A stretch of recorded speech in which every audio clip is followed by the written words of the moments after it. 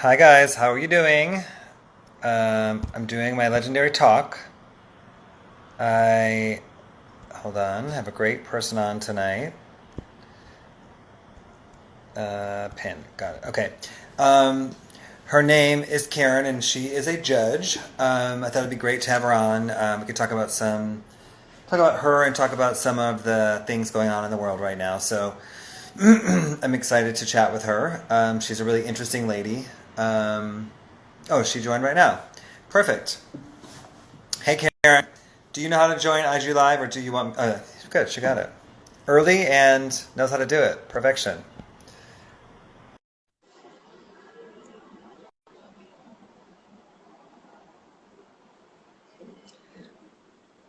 Woo!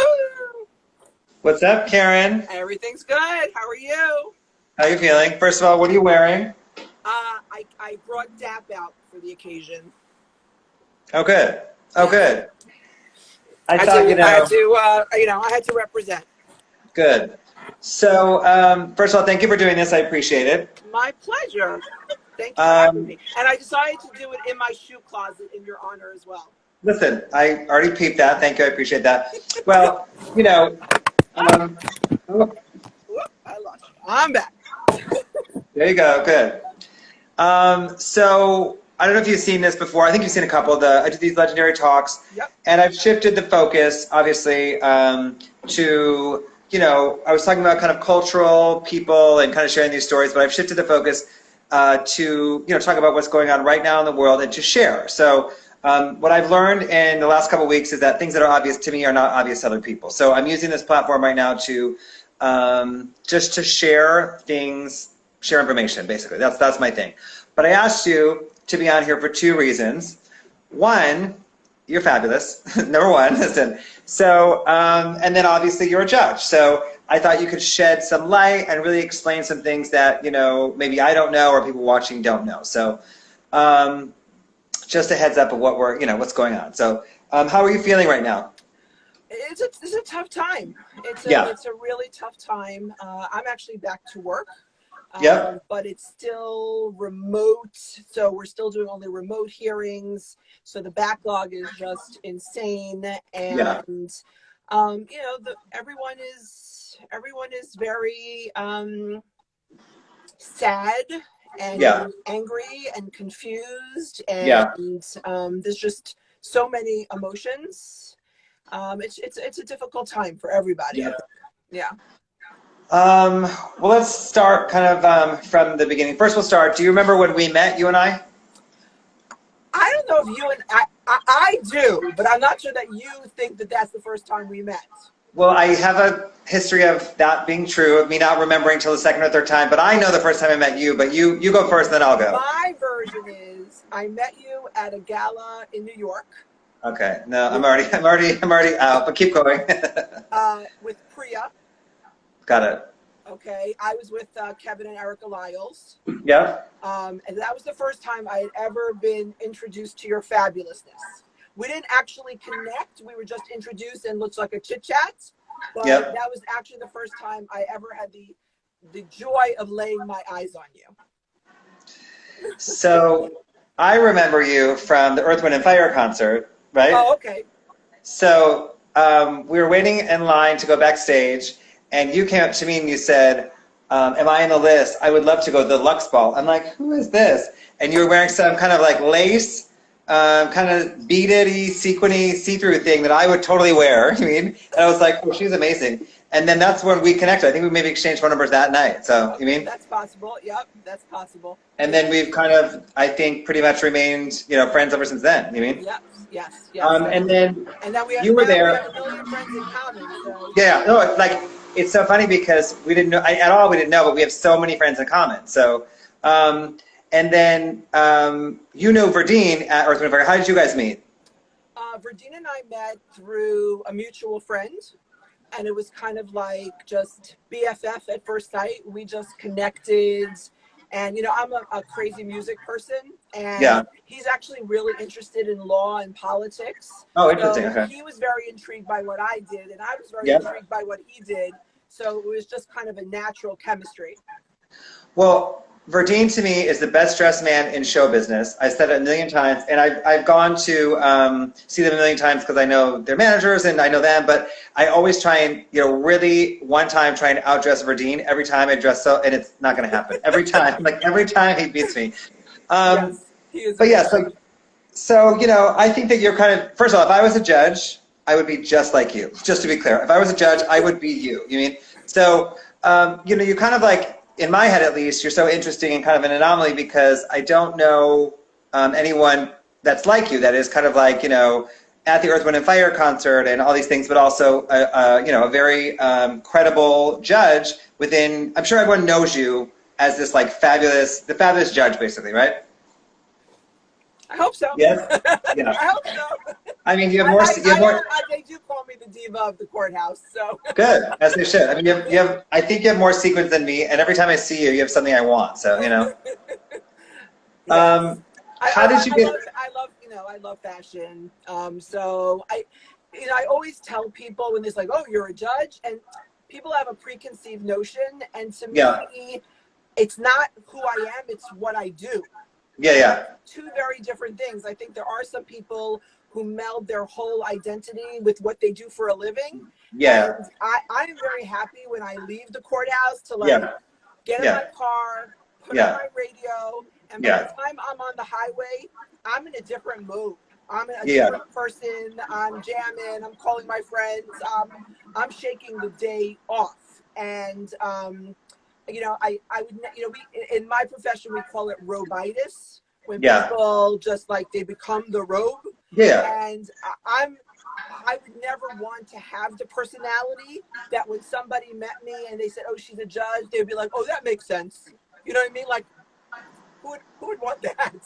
So. But I think it's probably very rare, correct? I think so, but. Well, in my industry, I work in events and nightclubs and things, or even just based off how I dress, people always have a different impression of me as well until they talk to me, which is like that I'm going to be kind of like this and I'll, kind of like whatever the word is, catty or whatever it is, and I'm not. So I kind of like that about you, that, if I, saw you at a party or saw you, I like the differences of all that. You mean so? Yeah. Sidebar, Claudine is saying, are you wearing the Dapper Dan jacket? I am wearing the Dapper Dan. She wants to see it. Can you see it? One of one, the legendary Dapper Dan. Yeah. That's one of the many reasons I love you. He's wonderful. And he and I have great conversations about criminal justice. And he's seen so much. And he really appreciates the things I'm doing in the community. And I really appreciate the things that he's doing in the community. And I just adore him. Well, he's a lovely human being, truly. Like he is one of the kindest souls you can be around. I believe that. So smart. Yes. Oh yeah. Listen, and not. I love about him. He's not like bitter or jaded at all. He really is just a kind human to me. So okay. So how did you kind of get started? You. So in the legal profession, you mean, right? Yes. Not hang out with Dapper Dan. How did you get started in the legal profession? So I always wanted to be a lawyer. Like I was not one of those kids like, oh, what am I going to do when I grow up? I think from the time I was able to speak, I wanted to be a lawyer. I don't know, there was some, I'm a little bit older, so there was LA law when I was growing up and all that, and it just, being a lawyer was very sexy, even though none of my family were lawyers, but that's what I wanted to do. I honestly never anticipated being a judge. It really didn't even cross my mind.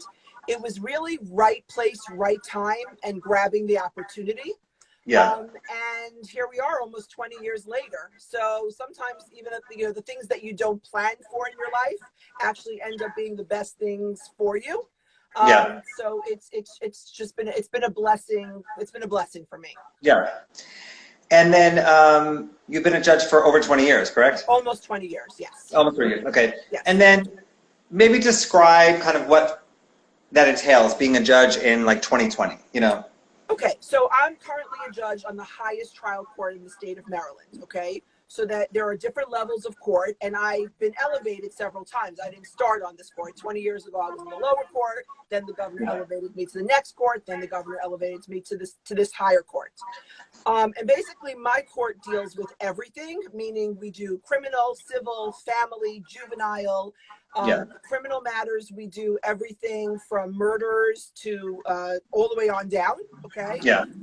All jury trials in the state of Maryland are in my court. So bench trials, meaning trials just in front of judges, that goes to the lower court. But if you want an actual jury trial, that would be in my court. Yeah. And we rotate. Sometimes we do criminal, sometimes we do civil. I prefer criminal. I feel like my personality lends to that arena.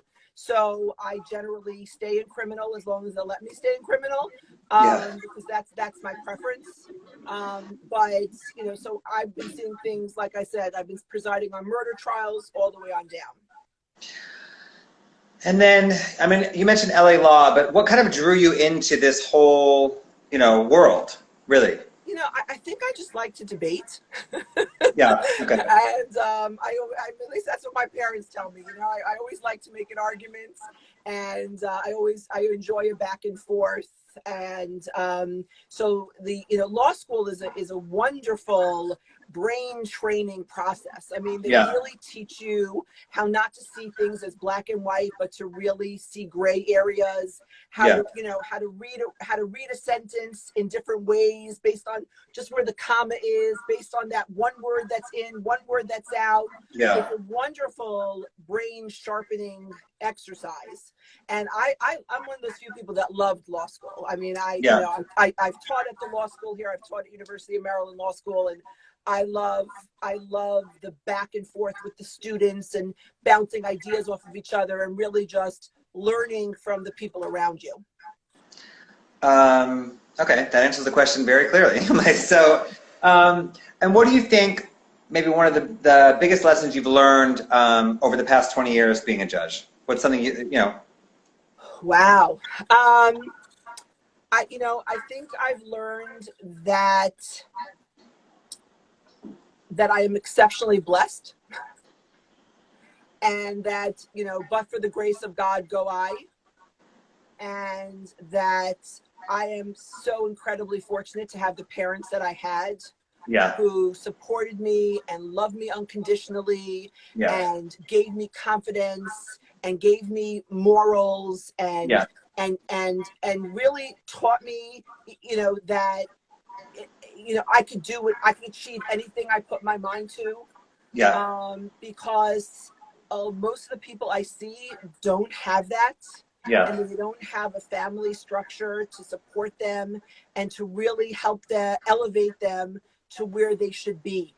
And I just leave every day feeling so blessed. And you know, whenever I make a speech, I always do talk about my parents, because I really have, my father's passed, but I really had an incredible upbringing. And I had only brothers growing up. I have a sister now, but that's a long story. But I only had brothers growing up. And that explains a lot, actually.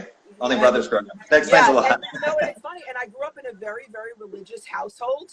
And a lot of times in religious households, you know, the boys are encouraged to, like, really, you know, go out there and take on the world. But, like, I always thank my parents, because they didn't raise me any differently than they raised my brothers. And I'm very, very grateful for that, because a lot of houses, it's not like that. My parents had the same expectations for me that they had for my brothers. And I think that that's really why, you know, I mean, I got on the bench when I was 29 years old, okay? It takes, now everyone knows my age, okay? It takes— Whatever, you look great, don't worry about it. It takes a big set of kahunas as a 29-year-old to walk into a courtroom with a robe, and someone should say, "All rise." And there are lawyers in there who they will tell you, "We've been on this earth longer than you," you know, and all that. You know, but they gave me that ability. Their confidence in me gave me the ability to do that. So I'm very blessed. Because, you know, I was thinking as we were talking earlier, you're kind of, maybe you're an overachiever, but it sounds like, you know, obviously your parents raised you with confidence and support, but do you consider yourself an overachiever or no? Um, I don't think overachievers consider themselves that usually, but I'm just asking, right. you know. I mean, I believe that I was blessed with a lot of ability, Yeah. and therefore it's my obligation Good for to you. use Good for every you. ounce of what I've been given. Good for you. That's amazing. That's good. Good for you. So, right. So I don't know if that's, right. So I don't consider it overachieving. I feel Yeah. like it's trying to live to my full potential. Yes, utilizing every ounce of what you have to, you know, benefit the world. Good for you. Okay, so like I said, the whole focus of this thing right now, the platform right now, is what's going on in the world. So, what do you think? You know, how do you feel about what's going on in the world? Obviously, right now. Okay.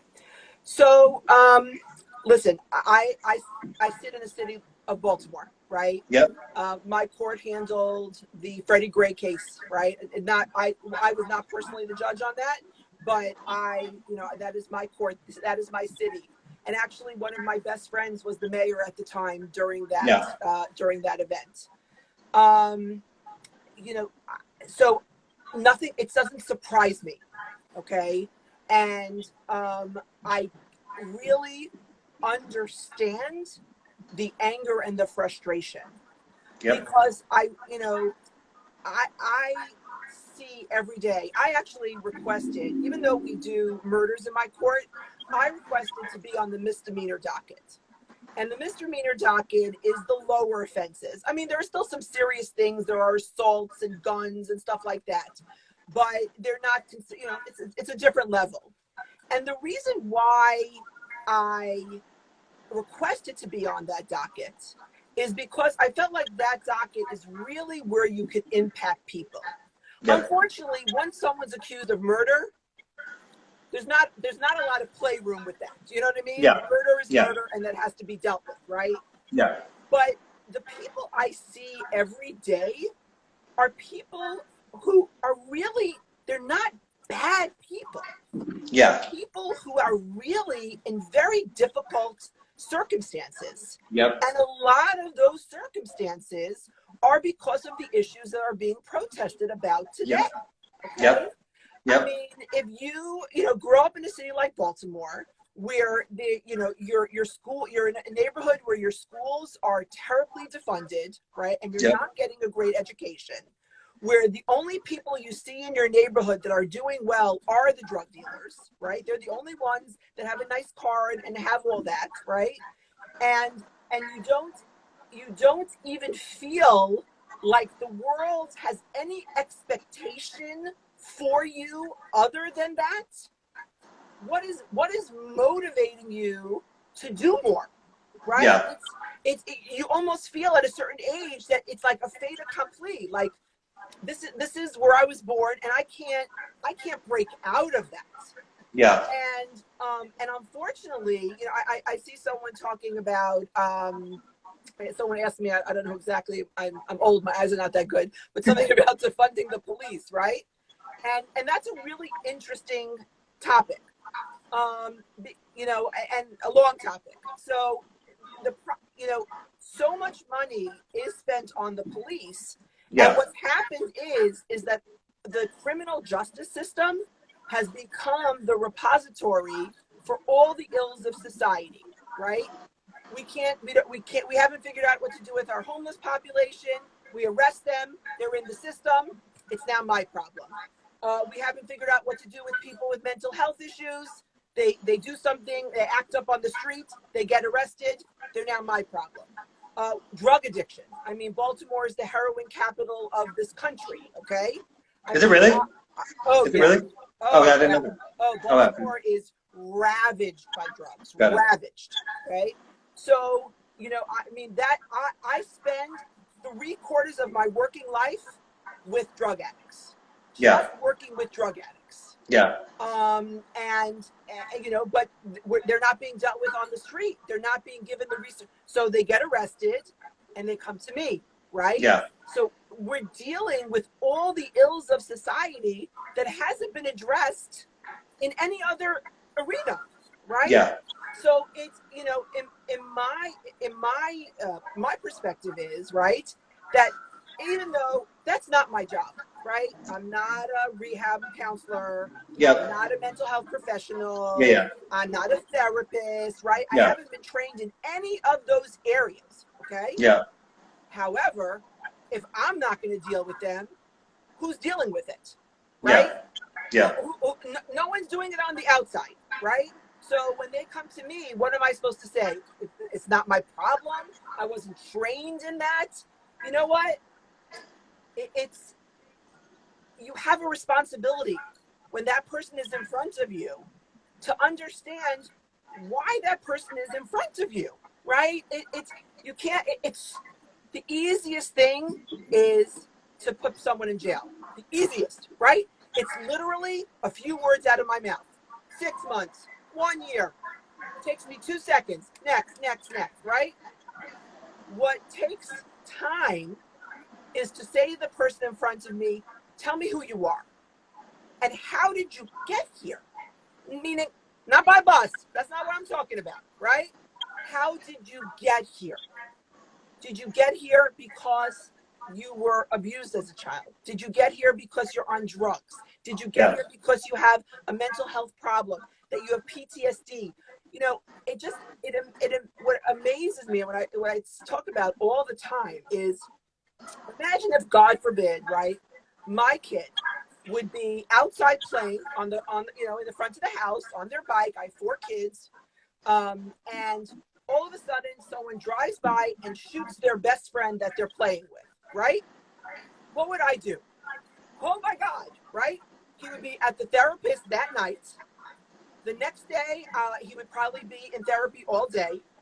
I would go to the school and I would tell the school, we need a special program. He's very stressed right now. If he needs to go sit down, let him go. I would work with them and they would work with me. And then he'd probably be in therapy for 2 years at least, right?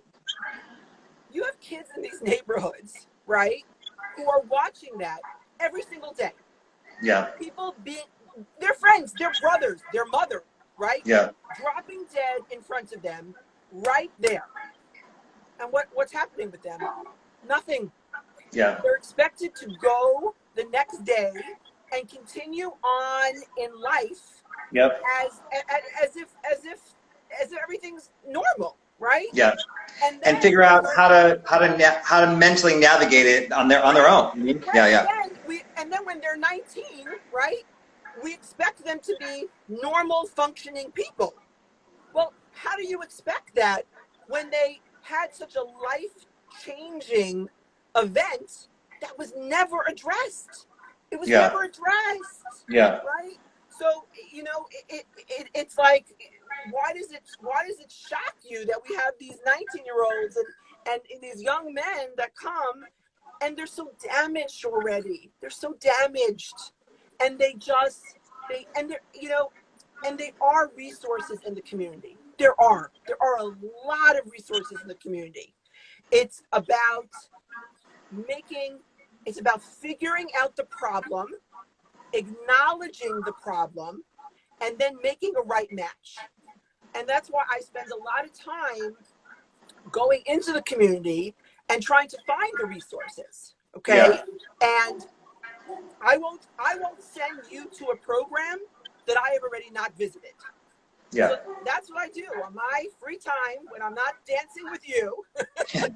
I am going to programs in the community and really watching and seeing who's doing good work, who I feel comfortable sending people to. Yeah.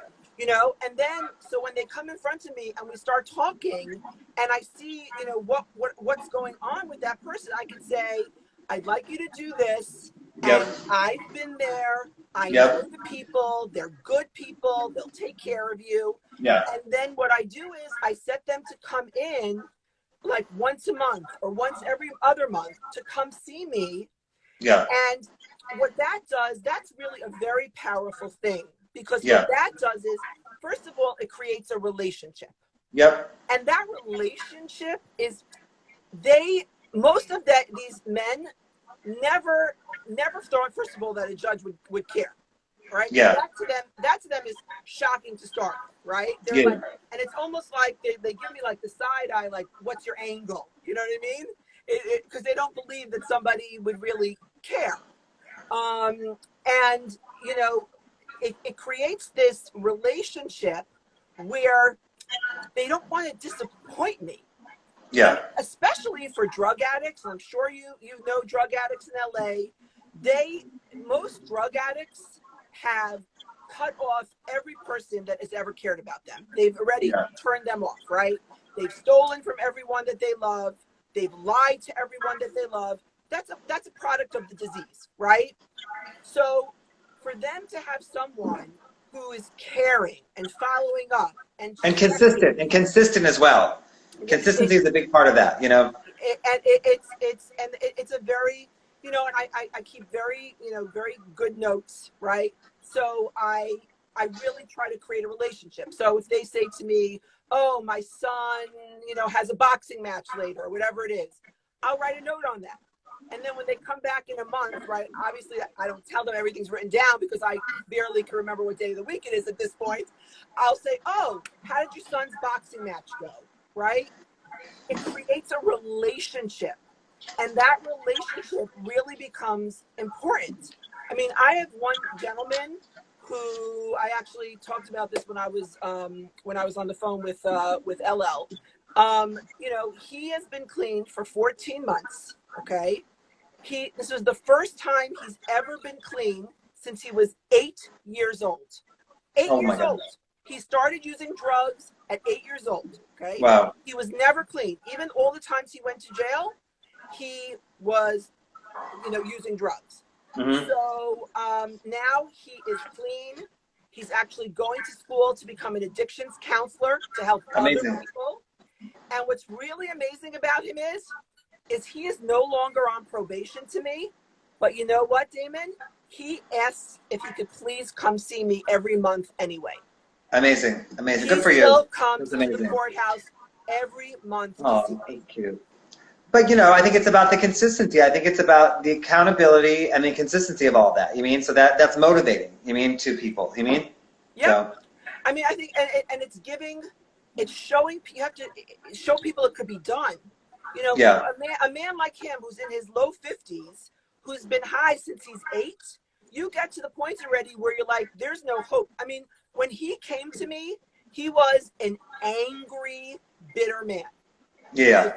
A very big dude, scary looking, right? Yeah. And gave me a lot of attitude. And I'm like, I am going to break this man. And now he's like a pussycat, you know? Yeah. It's like, literally, he's been, now that, you know, we're not there, he calls my office all the time just to check in, let me know he's doing well. He needs that connection. He needs to know, I better make sure I'm doing the right thing because I got to call Judge Friedman next week. And if she, you know, if I'm not on it, she's going to light into me, you know, because again, you know, it's not about being a pushover either. I mean, I'm a New Yorker. I'm from Brooklyn. Like, you are not going to lie to me. You are not going to be, I'm not a pushover, right? Yeah. And I always say, don't mistake my kindness for weakness. Yeah. Not weakness, right? Or, you know, no, don't mistake your capacity to really care for weakness. You mean you really care? So, you know. Because it's, you know, I will give you every opportunity. But I work, and you know, if this program doesn't work, we'll change to something else. I'll work with you as much as you want until you show me you know, another thing I always say is I can't care about you more than you care about you. Okay? Yeah. You know that, and that's really the truth, because at the end of the day, they're the ones doing the hard work, and it's hard work. Okay? Yeah. And you know, going back to the frustration, and I mean, it's a very, for a lot of these guys, it's a really, really hard life. Yes. And it's a very chaotic existence. And, you know, sometimes you know, they tell you what happened from the last time you saw them. And if I wouldn't know what I know and have seen what I've seen, I would think, oh, here we go, the dog ate my homework, right? Yeah. But it's not. And it's really, it's sometimes their lives have you know, degraded to a level of such chaos that it really is true. I mean, these things really do happen. So what are some ways, do you think, that myself and people watching, and what are some ways that we could kind of get involved in supporting the movement right now? All right, so the first thing, and I know this is very cliche, but it's really the truth. Vote. So you have to vote. yes. You have to Wait, vote. I have a question for you. I was talking to my friend Kiki, who I think is on here tonight. We were talking about electoral votes today, and she was telling me some things. Can you explain electoral vote maybe a bit? Because I don't really understand it, basically. Sure. Okay. So the electoral system is a very interesting system that we have in this country, okay? Yep. In this country, although we are a democracy, right, you would think that whoever gets the most votes wins, like a normal election when you're running for president of your high school, right? Yeah. Doesn't work that way, okay? Yep.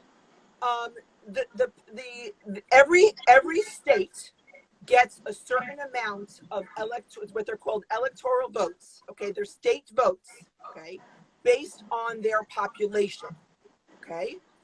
And really what ends up happening is that if you win the majority of the votes in a state, right, then you win that state and their electoral votes. So you're not winning the 4 million votes in the state, okay? You think, oh, I got 4 million votes, he got 3 million votes, I'm getting 4 million votes. No, you're not getting 4 million votes. You're getting the 100 electoral votes that state represents, okay? Now, in the beginning, right, when the system was started, it actually made a lot of sense, and I'll explain to you why. It made sense because the feeling was that there are a lot of small states, right? You had big states like New York and California, Texas, right? And then you have all these little states. You have Montana, where 10 people live, and you have all these little states. If it would always be majority rules and that it's just based on actual votes, then basically, if I live in Montana, right, there's no point in me voting because my vote doesn't count because it's going to always get drowned out by the big states. So the electoral vote was a way to give states that don't have a large population power in the process. Got it. Okay. So in a sense, so it had, it had some merit, right? It's almost like the way the Senate and the House is set up, right? The Senate, each state gets 2, so everything's even. So the small state counts just as much as the big state. But Congress is based on population. So in Congress, it's more of a majority rules, that balance, okay? But but unfortunately today, right, what you have is what we saw with the Clinton Trump election. And it's a very, especially for Americans, where we're used to majority wins, and that's a democracy. The electoral college at this point is very hard to swallow. But honestly, I don't see it going away anytime soon. Is there anything that we could do as voters to kind of, go against that, like to balance it out the other way? Do you see what I'm saying? Move to states that need more liberal voting. That would be helpful. That's the only thing, right? Live in New York, Maryland. It's become this country has become a place where you have the East Coast, you have the West Coast, and then you have everything in between. Yeah. And they're almost all different planets. Forget about different countries. I mean, you're right. And again, part of it was also to balance rural and urban areas, right? Yeah. Cities versus farms. And so it actually, at the time when they were trying to balance so many different needs, it actually was quite brilliant, right? Yeah. Because it really does factor in numbers and type of city. Yeah. but it's now it's causing these issues. But I think it would be a very we can't even get little things done. Like changing electoral college would be a massive undertaking. Got it. It would probably never happen. We can't agree on anything these days.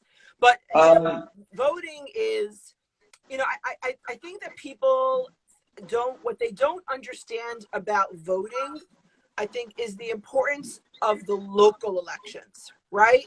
Everyone pushes for, you got to vote for president, you got to vote for, yeah, I get that. And I think most people get that. But in reality, people don't understand how their day-to-day is so affected by local officials, okay? And local judges that you're voting for. Most states vote for your judges, okay? Yep. And these people on the local level really make a tremendous difference in your day-to-day life. Yep. And another thing that people don't understand about voting, again, and a girlfriend of mine just called me about this to explain it to her also, is about federal judges, okay? When you vote for a president, right, that president is going to get to put into office many federal judges, right? Our current president has put in, I think, the most, statistically, the most that any president has done in a very long time, okay? So, I can't give any political opinion, so I'm not going to tell you what I think of Trump, but regardless, right, he's here for 4 or maybe 8 years. The judges he put in will be here for 30 and 40. Okay? He puts in judges my age. There's no retirement age for federal judges. Okay? They are making laws that will affect my children. Well, they're interpreting laws, not making laws. Interpreting laws that will affect my children, Wow. my grandchildren, my great-grandchildren, right? So again, Wow. presidents come and goes. 4 years is not that long a time, right, in the scheme of the world, right? Yeah. But the federal judges, they have long-term effect, and about the issues that we're protesting about right now, about the police issues, about police brutality, all these issues, right? What's constitutional, what's not constitutional. They affect those decisions for generations to come. Wow, I did not know that. Yeah. Yeah, that's really, it's probably one of the most powerful things a president does is to stack the federal judiciary. Wow. Thank you for sharing that and many other things. But okay, so what do you think is really going to happen with all? What do you think is going to kind of where do you see it going? What do you think is actually going to change and be implemented? That's a really good question, and I think that's my concern at this point. I mean, I think it's great that people are out there every single day, but there's got to be a plan.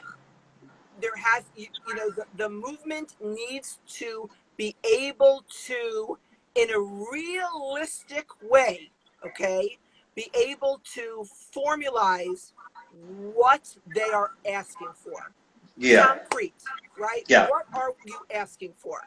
Now, in my opinion, the ideas have to be ideas that are, anything that's too far to the right or too far to the left is never going to happen. Okay? Yeah. The ideas need to be in the middle, right? I mean, I consider myself, again, I probably shouldn't be saying this publicly. I consider myself a liberal, okay? Duh, I guess it wouldn't be a big surprise. But I consider myself a common sense liberal as opposed to a knee-jerk liberal, okay? Yeah. So I think there needs to be common sense on this. So, for example, just to say blanket, defund the police, the police departments are not disappearing. And I have to tell you that the rough neighborhoods in Baltimore are the last people that want the police to disappear, okay? I mean, when you talk to, like I do all the time, the grandmothers in those neighborhoods, they don't want the police to, they're scared. They want that protection. they need that protection, okay? So, you know, my neighborhood, I can afford to get private security if that's what it comes down to.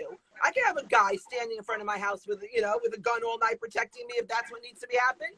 They can't afford to do that in the rougher neighborhoods, right? So just having the police disappear is not the answer. But you need, and I see what Ashley's saying. I don't know who she is, but I understand that defund doesn't mean disappear, but that has to be verbalized. Meaning, I think what's happening is that people are not making clear what they're asking for. So when you just have a big sign, when you're walking with a big sign that says defund the police, that's not a message. It has to be a clearer message. Tell me what you're asking for.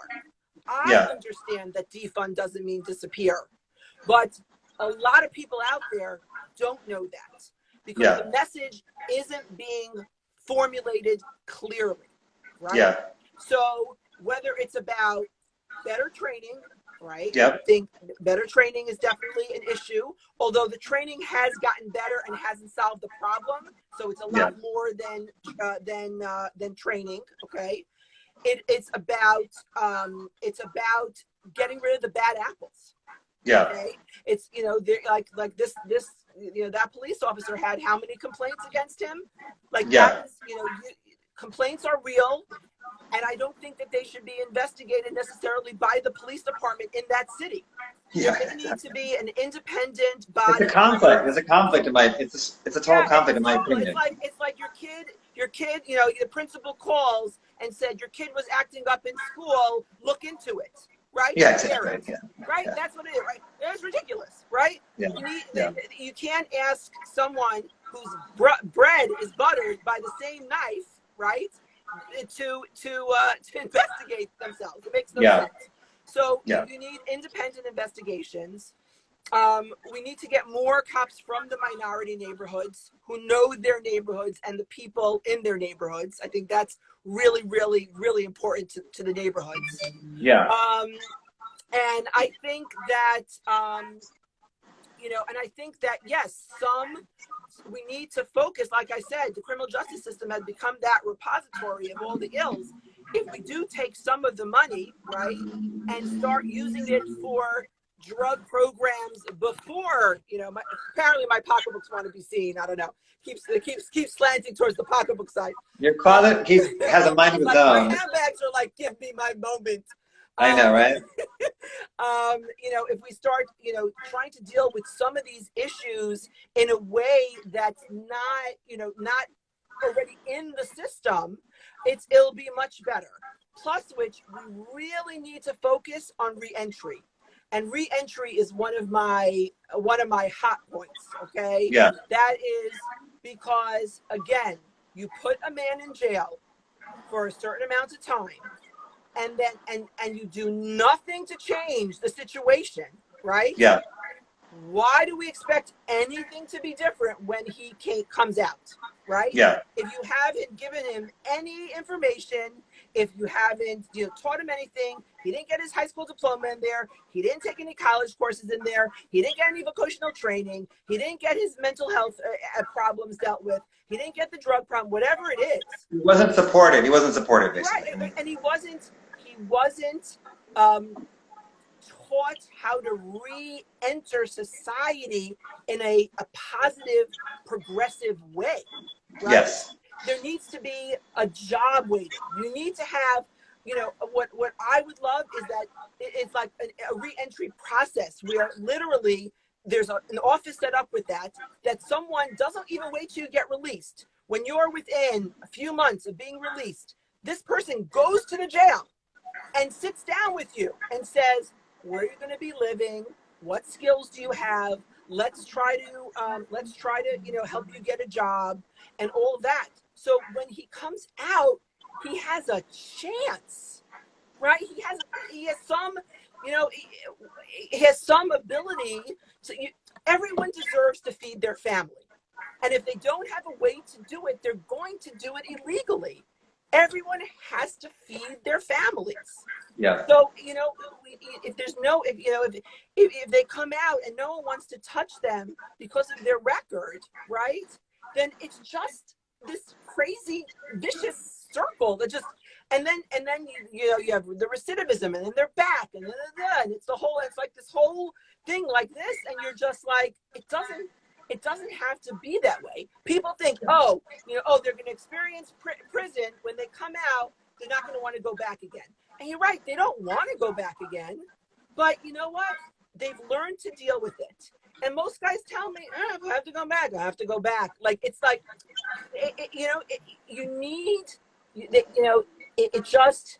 there needs to be a way to integrate people coming out into society in a positive way. And I think that's a doable thing, but it's a matter of putting the money where it needs to be. And I think that's what the defund movement really is about. But I don't think that it's been spoken about in a clear enough way that the people who are in the middle of the road, who really need to get on board with this, are going to get on board because they don't understand it. Yeah. The message is not clear right now. Yeah. Well, also, it's also relatively brand new. I think, defund police has only been around for, I think, 2 weeks or something. So I think, right? Well, I mean, these concepts are not new.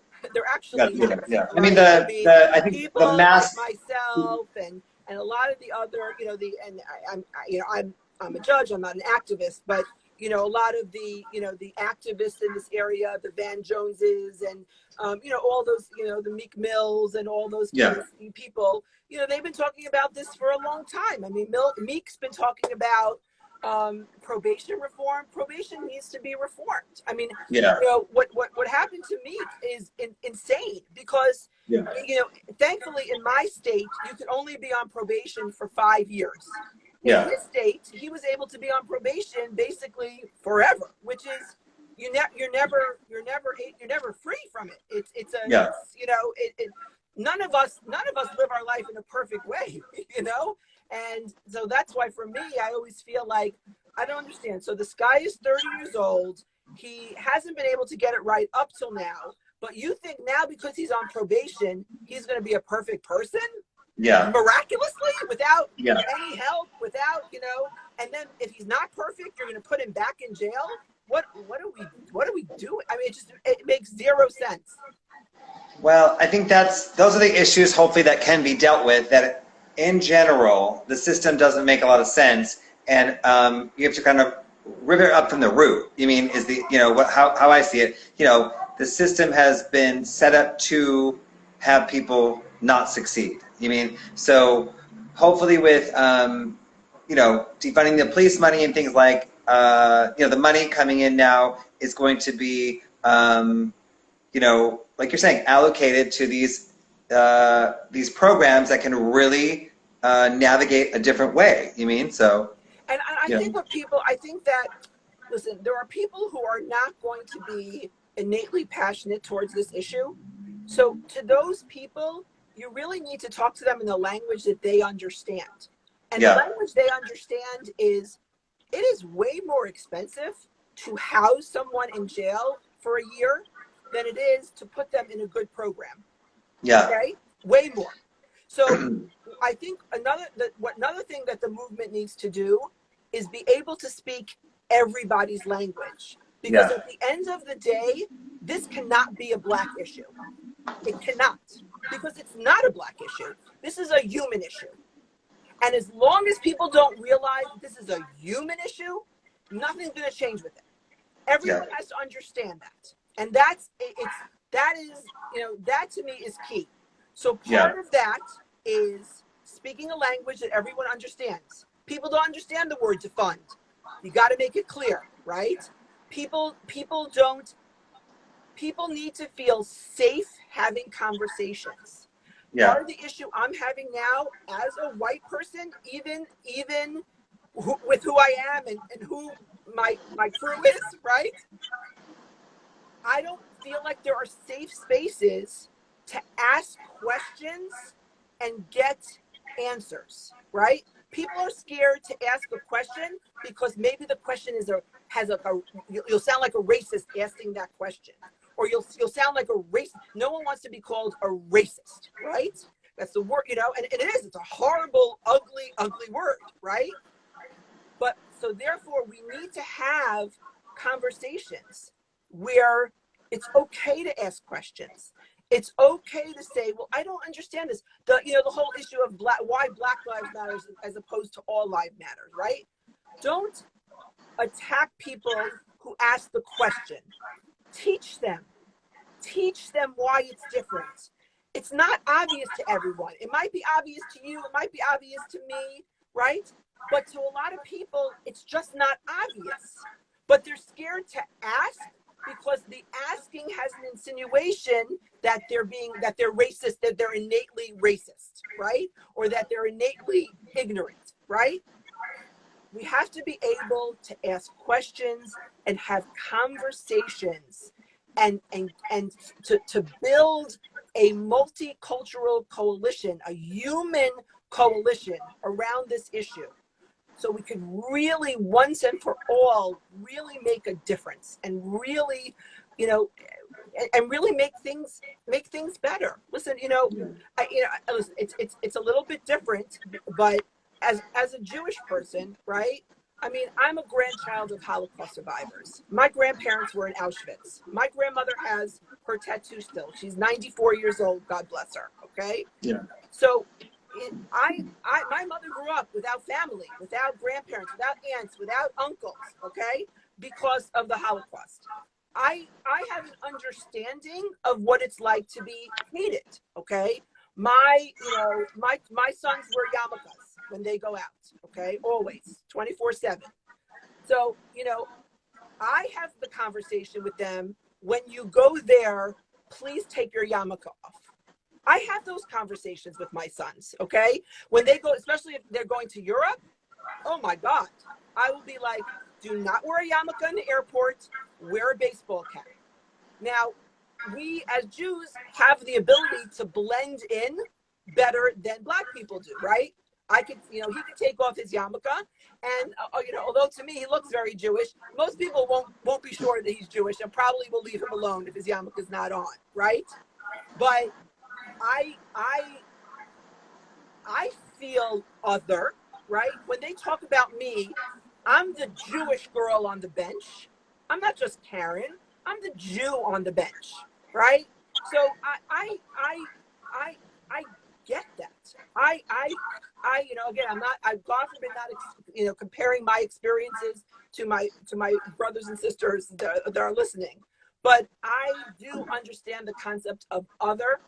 And it hurts, right? When I read anti-Semitic things, it hurts my core. It really, really does. So I understand that. I do.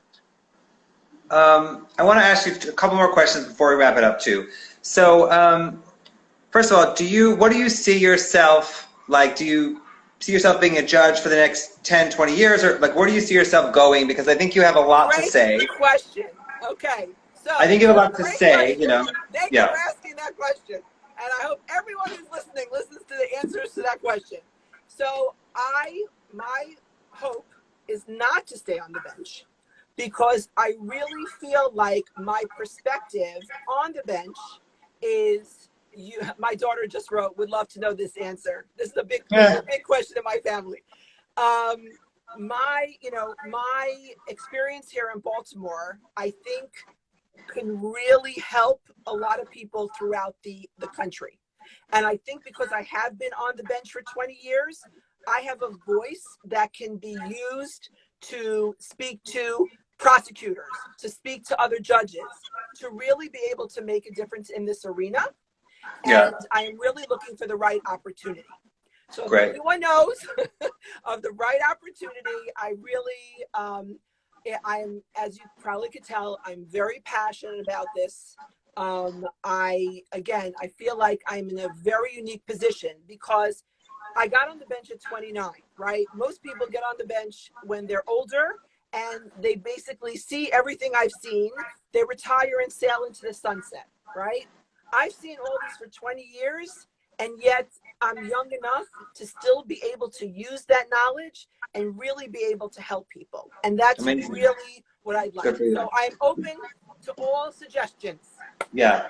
Well, I think that you will land somewhere. I see it. I think you'll land somewhere that you are extremely happy with being able to really help and change and, you know, reverse these situations. I really see you landing somewhere like that because, like you said, you are so passionate about it. Thank you. You know, I think it's a really, you know, I just want to, I guess, thank you for caring so much, you know, right here, you know, friend to friend. You do care so much, and I really appreciate that about you. You know, it's a really wonderful quality. You can tell how much you care about it, so good for you. And, you know, it's rare. It's, it's at least from, you know, the things that I know, it's very rare that someone in your position be so passionate and so fair and care so much. I mean, so. Well, I mean, I think, you know, I honestly, I go back to my parents and my Yeah. upbringing, and I think that the Jewish community and the Black community have, you know, so we really do have a lot more in common than we ever acknowledge. And there are so many concepts in my religion growing up that basically I was taught that every single person is created in the image of God. Okay? Yeah. So if that's true and you truly believe that, then every single person deserves a level of respect and a level of caring, because every person has a piece of God inside of them, right? Yes. So, and you know, we also have a concept of if you change one life, it's as if you change the world, right? It's like that, and so on and so on and so on. And I've seen that so, you know, so much in what I do, because, you know, even this one guy that I talked about that's been clean for, you know, the months. I mean, he now rebuilt his relationship with his child. So now his child has a father. Now the ex-wife has, you know, a support. Now he has a relationship now with his mom. And, you know, I spoke to him the day after Mother's Day, and he said to me, oh, you know, I called my mom, but I couldn't go visit her because of COVID.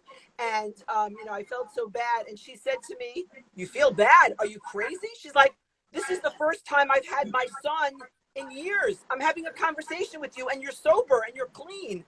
No, there's no better gift than that, right? So you're right. when you affect one person positively, You're right. It has a ripple effect. But Right. when you affect one person negatively, it also has a ripple effect. Yeah, you're right. That's what you always have to remember. Yeah. Well, again, I just can't stress it enough. I'm so just happy and proud of you for caring so much and being the position you're in, and being so passionate and, you know, really caring. But we only have 2 minutes left, so I really want to stress that, and I love you and I thank you for that. But two things. You never want to be on TV, right? You never want your own show? Judge show? So it's been talked about. I did some. We have like, I think we have like 1 or 2 minutes left. Call them sizzle reels out there, right? Yeah. I won't do a silly show.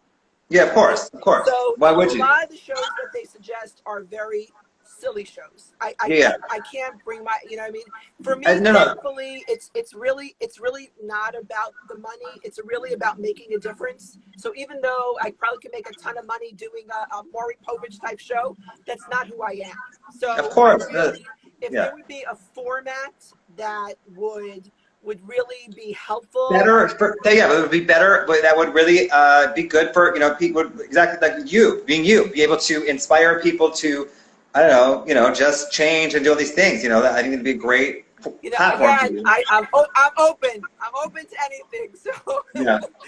anyone can reach out if they have any brilliant suggestions. My our darling friend Claudine's been on, and I always chomp her ear off. What do you think I should do? I mean, you know. So you know, all the creative people out there that I love, I know are thinking about things that maybe I can do. So.